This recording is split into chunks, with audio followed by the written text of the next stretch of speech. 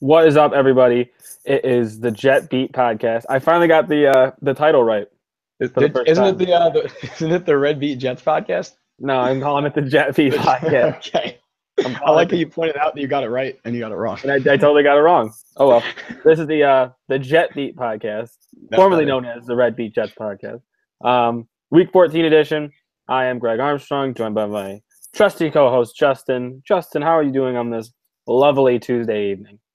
Oh, it is a lovely Tuesday evening. It wasn't a lovely Sunday afternoon though, so I'm not doing so great. Now I've recovered a little bit.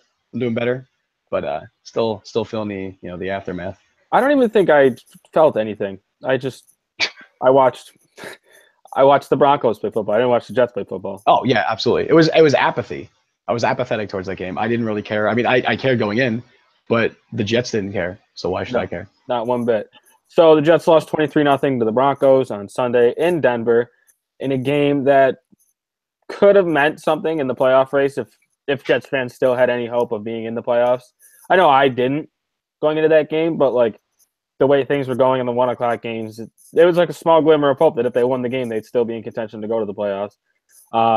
They came out and they played their absolute worst game of the season, worse than the Tampa Bay game, worse than the Oakland game. It was an absolute shit show from start to finish. They didn't even get 100 yards of offense, which is mind-boggling in today's NFL. Didn't really have any chances to score. Didn't make any threats to Denver. Denver basically just walked right up and down the field on them. Demaryius Thomas destroyed Morris Claiborne. Jets had no resemblance of a pass rush on offense. No run game, no pass game, literally nothing. What's your feelings about Sunday? Like what? I don't even know what question to ask because like there's no talking points. They sucked. It was just a complete like the worst game of the entire season. Yeah. I mean, you're right. I think you put it nicely by saying that the Jets played on Sunday because I don't think they did. Again, No. the Denver Broncos played. I watched one team play football, and the other team. I think somebody else. I think it was somebody else. But I saw this somewhere. These aren't my words, but the Jets went through football-like motions for about 60 minutes, and then that's it. They went out there. There was no emotion at the beginning of the game. It was the same face that they had at the end of the game. Mm-hmm. There was just apathy. No one really cared about what was happening, and we've seen the Jets come out slow on the road. I mean, it's happened. They've laid eggs on the road all year long. I think the only win we have on the road was against Cleveland. And even that was only a 3-point win. Exactly. Like we should have beat them by more, but it was Cleveland and we somehow escaped the victory. But to this degree, like to get absolutely blown out. And the score doesn't even do it justice how bad this game was. This was a 3-9 team that had lost their last 8 games. And we got blown out 23-0 with Trevor Siemian at quarterback.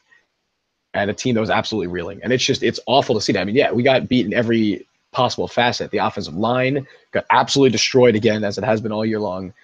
McCown played his worst game until he was hurt, and then we saw Bryce Petty. That tells the whole story right there. Mm-hmm. We got absolutely nothing going for the run game. On defense, we're manhandled again in the trenches. Morris Claiborne played his worst game. He might still be playing hurt. I don't know. All of it was just we lack so much energy right now because it was just such an awful game to watch. And to think that the previous week we had just won a shootout against the Chiefs and Josh McCown was player of the week, and now a week later we're 5-8 after one of the worst games I've personally watched as a Jets fan. Josh McCown's done for the season. It's just a complete 180, and that loss has the potential to just undo all the progress that this team has made all year long. That's a good segue because for all the games that they were punching above their weight class, the New England game, the Atlanta game, the Carolina game, those games where they were in it, they probably should, like looking at it, they probably shouldn't have even been in those games at that point, and to the extent that they were in them. And then they come out, they beat a Kansas City team for all the troubles that Kansas City had. The Jets were down 14-0 within the first 5 minutes against them. Come back and win 38-31. John Morton looked brilliant as the offensive coordinator against the Chiefs. For everything that's happened in the first 13 games of the season, it was, like you said, completely wiped away against Denver. No, the offensive game plan was absolutely terrible. How many times are we going to run a pitch play to the outside that's going to get stopped for -2 yards? How many times are we going to run Austin Seferian-Jenkins on a 1-yard route on 3rd and 2? How many times are we going to it's just how many times are these going to make these stupid, dumb mistakes? And how about Todd Bowles at the end of the first half? A minute and 30 to go, all 3 timeouts. The game's not out of hand yet. It's nowhere near out of hand. If That pissed me off beyond belief. Like I understood it at the time, like in the sense I didn't. that in the back of my mind, I was like, okay, McCown's. This is how he explained it later. He's like, McCown's banged up, and they just want to take it into the half. I mean, it's still dumb. You got to try and get points. You're But 5 I and would 7. have exactly. I would have understood it if they came out playing really hard the second half. If they came out guns a-blazing and were just fired up, but they came out with the same lack of energy, with nothing at all. Clearly, if you wanted to regroup at halftime, that didn't work. No. That did not work. So what the hell was the point of doing that? If you're gonna try and regroup, make it work. It didn't work. I get it if you're 7 and 5, and this game is a big game in what potentially could be a playoff seeding or even getting into the playoffs. I mean, if you're a playoff team at that point and you're down in the way that they were, you don't want to make the matters even worse for you. But you're 5 and 7. You have literally nothing to play for at this point. I mean, you know, you could say, "Oh, we want to win every single game." You're not going to win. You're probably not going to win any games the rest of the year. But this is the best chance to steal a win for the rest of the season. And you have all 3 timeouts. What's the worst case scenario of calling 1 timeout and then just trying something? I mean, you came out flat the entire first half. Did absolutely nothing on offense. I can understand it by, like you said, you just want to go into halftime and kind of regroup. But again, you're 5 and 7, and you haven't beaten anybody good. Yeah. So like to do something like that, that's the kind of decisions that's plagued Todd Bowles. He coaches. I think I tweeted this either last week or this week. He coaches scared. He's too scared to coach to win. He just coaches not to lose. How many times have we seen even the Carolina game, 4th and 1 from the 1 yard line? Worst case scenario, Carolina's pinned down and you're down by 2 and they're at their own 1 yard line. Best case scenario, you get a touchdown, you go up by 5 or 6 or whatever. Yeah. You can't if you're coaching for your job, essentially. I mean, there's been no reports that he's on the hot seat or whatever. I mean, Jets fans can make all the inferences that they want about Todd Bowles. But when you're in the position that you're in, you're 5 and 7, a young team on the road. You can't coach scared like that. I mean, not even just this game, just his entire coaching career. How many times have we seen him with 2 or 3 timeouts not use them at the end of the half? Not even that stuff right there. Go on. Finish what you say. And even in the second half, I mean, the game wasn't over. I think I wrote about this. I forget where I wrote about it, but the game wasn't over. If you're throwing in the towel in the middle of the third quarter and just running the ball, what does that say to your team? I mean, and it's the NFL. If you score, you put the pressure on Denver. It's Trevor Siemian. Wacky things happen in the NFL. A ball bounces your way. You get an interception. You force a turnover. Battle of field position. Something. You're right back in the game with a touchdown and a field goal. And you just run the ball. You give your team absolutely – I get Petty comes in and he's rusty and blah, blah, blah, blah, blah.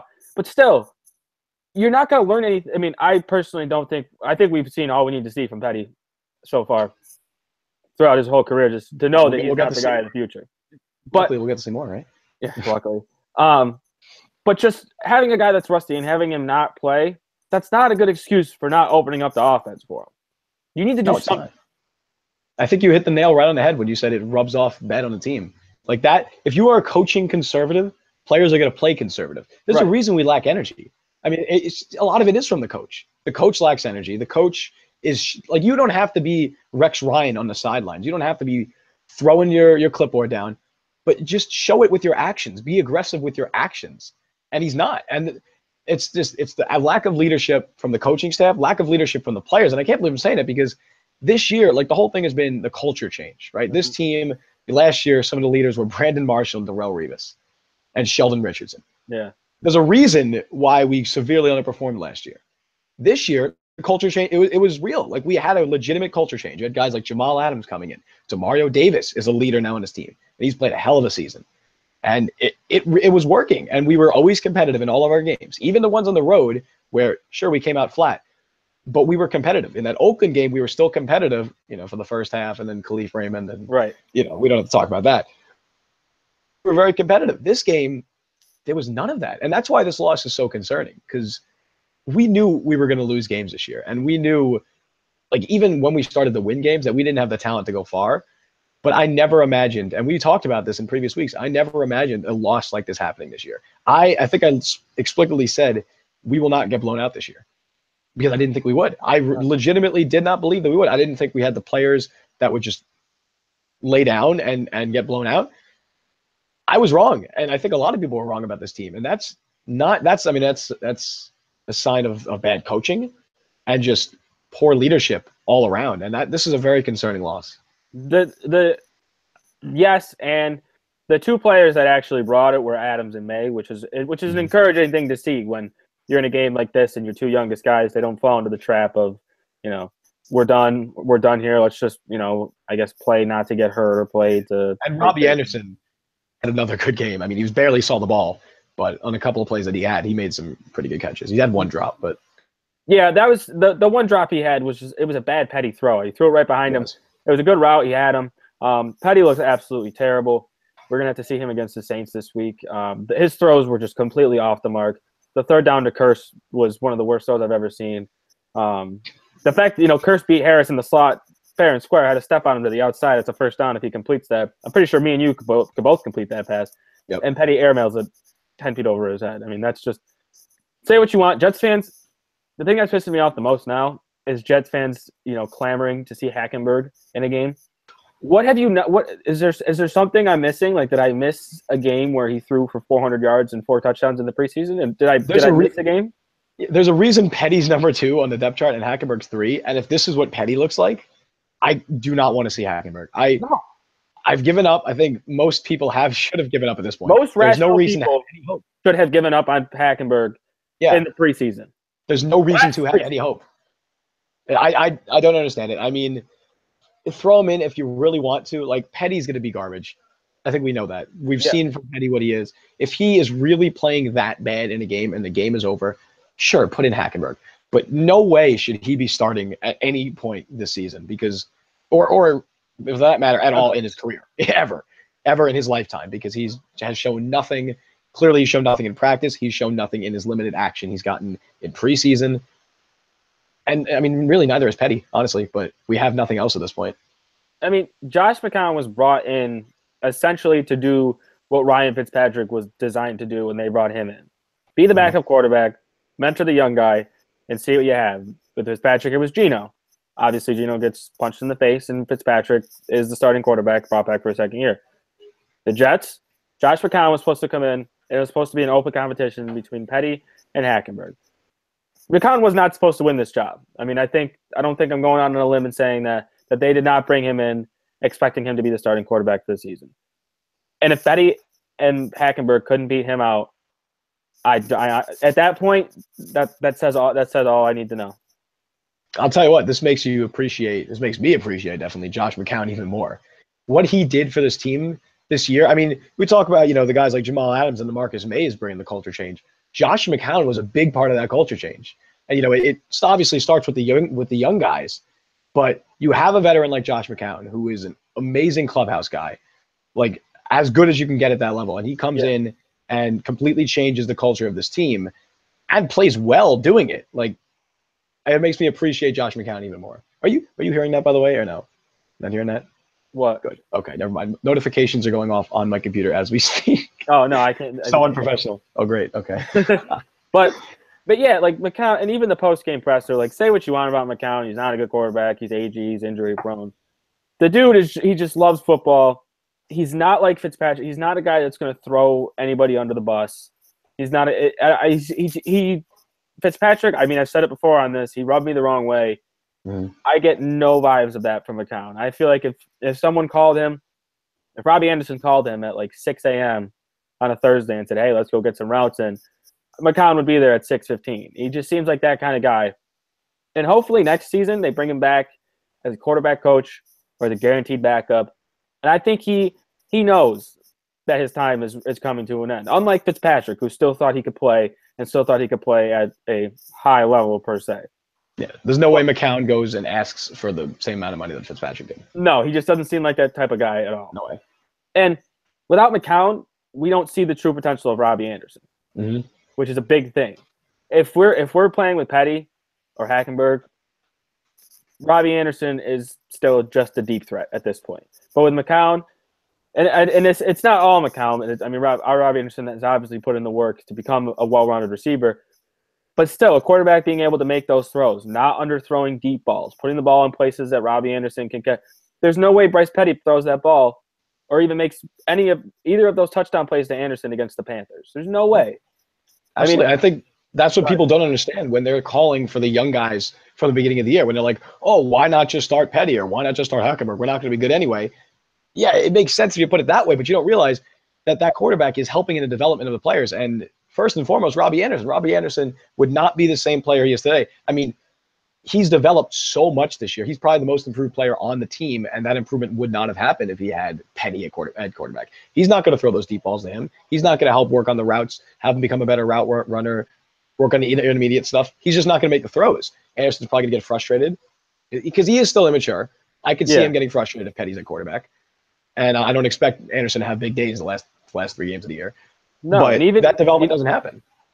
And even with guys like Kearse, like if Petty's starting, I don't think we're looking at the Richardson Kearse trade in the same way that we are at this point in this season. I think Kearse is just going to be a throw-in. The second round pick is going to be way more valuable than Kearse was, and we'd be sitting here saying, why did we give up Sheldon for this wide receiver that can't do anything? But now we have Kearse. You could potentially bring him back too. Like you could potentially bring him back and build a receiving core with Enunwa, Kearse, Anderson, go out and get a guy in free agency, what have you.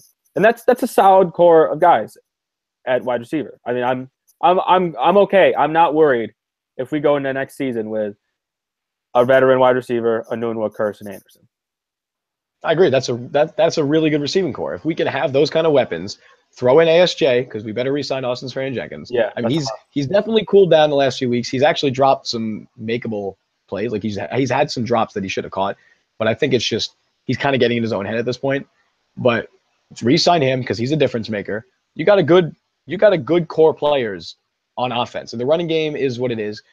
You need to fix the offensive line. That is the one place right now that I think you need to desperately need to get Wesley Johnson the hell out of here. Exactly, and it starts with him because I think he's gone after this year anyway. I think his contract's up, so he's gone. He is. I think I saw on Pro Football Focus he was rated like the 35th best center, and there's only 32 starting centers, so he's rated below like a starting center caliber. That's how bad he's been. Both guards have taken major steps back this year. Brian Winters is a penalty machine. James Carpenter is not nearly as good as he was last year. Still really good, but not as good as he was. He's fine. Like he was a very good guard last year. Now he's about average, and I think we need him to be more than that. But I saw a thing that because he struggled in Seattle. Like he was a first round pick in Seattle, and he struggled there because they ran the West Coast offense. And then last year we weren't really running West Coast. So he was good here like the last couple of years, and then we switched back to West Coast and. I don't know if it's a coincidence or not, but he's not doing as good again. I don't know if really there's much of a change in the blocking scheme, but maybe that has something to do with it. I don't know. I mean, I think we're fine at right tackle with Brandon Shell. I think he's going to be a star. He's had some ups and downs, but he's had really good games where he's shut down like Khalil Mack. Kelvin Beachum is fine. He's nothing amazing, but he's not bad either. Mm-hmm. But the center position needs to change, and Brian Winters needs to step up because he's been awful. Yeah, I mean, this might be an anomaly of a season for Winters. But I think a lot of it comes down to like those guys playing bad is almost a result of Wesley Johnson playing bad because the center controls everything on the line. The center can basically is like not basically he is the quarterback of the offensive line. Mm-hmm. He's calling out the protections. He's calling out the switches and protections and whatnot. And when you don't have a guy, you don't have a Mangold like that. It definitely affects the rest of the line. I mean. The first sack against Denver. Wesley Johnson had no clue what he was doing. Guy just free reign at McCown. I mean, that shit can't happen in week 14. No, there's been so many miscues on the offensive line this year. It's not just guys getting beat. It's just they shift over too far to the left and leave a free rusher on the outside. Like it's stuff like that, and that's all on the center. During his cadence, he needs to call out and see, identify the mic, call out who's blocking who, especially if it's like a zone blocking scheme. Right. He needs to figure that out. That's on the center. And if he's not doing that, then that's a problem. I mean, the holds on Winters, the false starts, that's him. Yeah. But a lot of it is Wesley Johnson. I agree. He's the first person that needs to be gone this year. Yeah. He's an abysmal season. So let's look forward. Not look forward. Let's look ahead. Yeah. No one's looking forward. Poor choice of words. Let's look ahead to the Jets' next matchup. 17-point underdogs heading into New Orleans. Bryce Petty as your quarterback. I think this game is 8 or 9 point spread if McCown's in. Maybe 10. I think he's that maybe I'm too overly optimistic on McCown, but I think a healthy McCown, probably more 10 or, but not 17, not not a 3-score game, no way. But the Saints obviously have a lot to play for, essentially unstoppable at their own place. This is a game that could potentially get Todd Bowles fired. I think the last 3 games of the year are we have maybe one of the toughest schedules remaining. Like if we thought playing in Denver is always difficult, but it's still the Broncos, and how they've played this year is just awful. Mm-hmm. And we now have 2 of our last 3 games in New Orleans and in Foxborough. And then the one home game is against one of the hottest teams in all football, the Chargers. I'm not looking forward to any of this. And I'm always excited for Jets games, and I still will get excited Sunday. I'm still going to get excited. As much as I don't want to be, it's just, there's no hope at this point, but it's still Jets football. Yeah. But we only get 16 of these games a year. Exactly. We got to make them count. But in terms of just excitement for potentially winning, all of that hope is gone. I'm back to full pessimism. We're not going to win. We're not even going to come close to winning, and that's it. So my prediction is obviously a loss. I don't think that's a bold statement by any means. Do you think the Saints cover? I think they might. I think they might. I think they do too. I think they very well do. I think Bryce Petty has an awful game. I don't want to say he gets benched, but I think it could be at that level where he's had if he plays how he did against Denver, then honestly, I don't even fault them for running the ball. No, and just getting 2 yards, because you're doing more of a disservice throwing the ball at that point. Yeah. But I think I'm going to say final score, and I feel bad for the defense going into this game. They're going to get shredded, and it's not even all their fault. But I'm going to say final score 42-14. Yeah, I'm going to go. I think I'm going to go 38-10. Okay. I don't know. Arbitrary numbers out there. I mean, with Ingram and Kamara, I honestly don't know how they're going to stop Kamara. I have Kamara in my fantasy, so I'm kind of I don't know what they're going to do to stop him. And then Breeze in the dome. The Saints defense is playing phenomenally. Just I don't know, man. It's all I'm saying is, if the Jets get flat out beat, I'm fine with it. They're a much inferior team to the Saints. But if they come out and they have another Denver performance where they're basically not trying, that's a game that can get you fired. We're lucky we played Denver that week, because that should not have been 23-0. When we were down early, what was it? Was it 10-0? It should have been a lot more than that. Mm-hmm. It really should have been. We were playing that bad. If you put us the way we played right there in that Saints game, we're down 21-0 before you even know it, and it could get even worse from then. I think Breeze isn't playing the whole game. I think they're taking him out. I think you got to see. Is their back? Is it Chase Daniel? Is that their backup now? I don't even know. It's better than the Jets backup. I want to see Taysom Hill at quarterback. That's the yeah, man. The BYU dude. I want to see him at quarterback. But yeah, it could get real rough. And at this point, it goes beyond winning and losing. We are going to lose that game. I think there is the slimmest of possibilities that somehow we don't. But we're gonna lose that game. If we get absolutely obliterated and there's no energy at all on the entire team, and if that's the case, I don't see there being energy in the Patriots game. And if we had just gotten blown out in back-to-back weeks, I don't think we're even gonna have energy at home. And if that's how the trend continues, if that happens like that for the rest of the season, Bowles probably isn't back. And that's what I'm saying. It's just, we've had so much progress. We've made so much progress over this year, and we thought we were going in the right direction. And it looked like we were. It looked like the team was. We had turned over a new leaf, but now it's just our season is hanging in balance right now. I mean, not even the season, just our future. Yeah. If we get blown out these last few games and show no energy, then it's the same old Jets. They were right back with square one. And then I don't feel good about next year at all. No. If you would have told me 2 weeks ago, I knew we're probably not going to make the playoffs. After that Chiefs game, sure, there was still some hope, but we probably weren't going to make the playoffs. But as for next year, I was really optimistic. I'm a lot less optimistic now. Yeah. It's a shame. And like I said, if they come out and just lose to the Patriots and the Saints, that's fine. No one's expecting them to go on the road. There you go. I need to sleep. I haven't gotten any sleep. On the road in New Orleans and on the road in Foxborough in a game that's going to mean something to the Patriots. Last night's loss was probably the worst case scenario for the Jets going into Week 17, or best case scenario because they'll probably lose. But just and there's so many different things to look at, and then going into the Charger game, if they get blown out at the Saints, like you said, if there's no energy there, I think Bowles is as good as gone. Yeah, I mean, we've always had energy at home, and if there's no energy in the Chargers game, the final home game of the season, yeah, then that's if we get blown out in that game, I think you're right. I think Bowles is gone, and that's a shame. But I mean, it's at this point, it's his own fault. A coach is a motivator. A coach, I mean, they have the game plan, and he's had plenty of question marks in that area. He also has to motivate. Mm-hmm. It's on the coach, it's on the players too to motivate themselves. But this team needs motivation. They need energy. They need it quick. Yeah.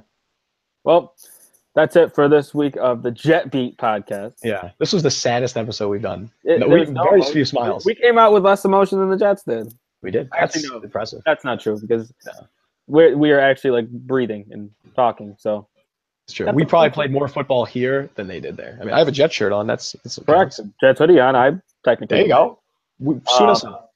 We'll be back next week. Hopefully, it's not as big of a loss as we expect. Probably will be. Thank you guys for listening, and we will be back to discuss the Saints game and look ahead to the Chargers game on Christmas Eve. Can't wait.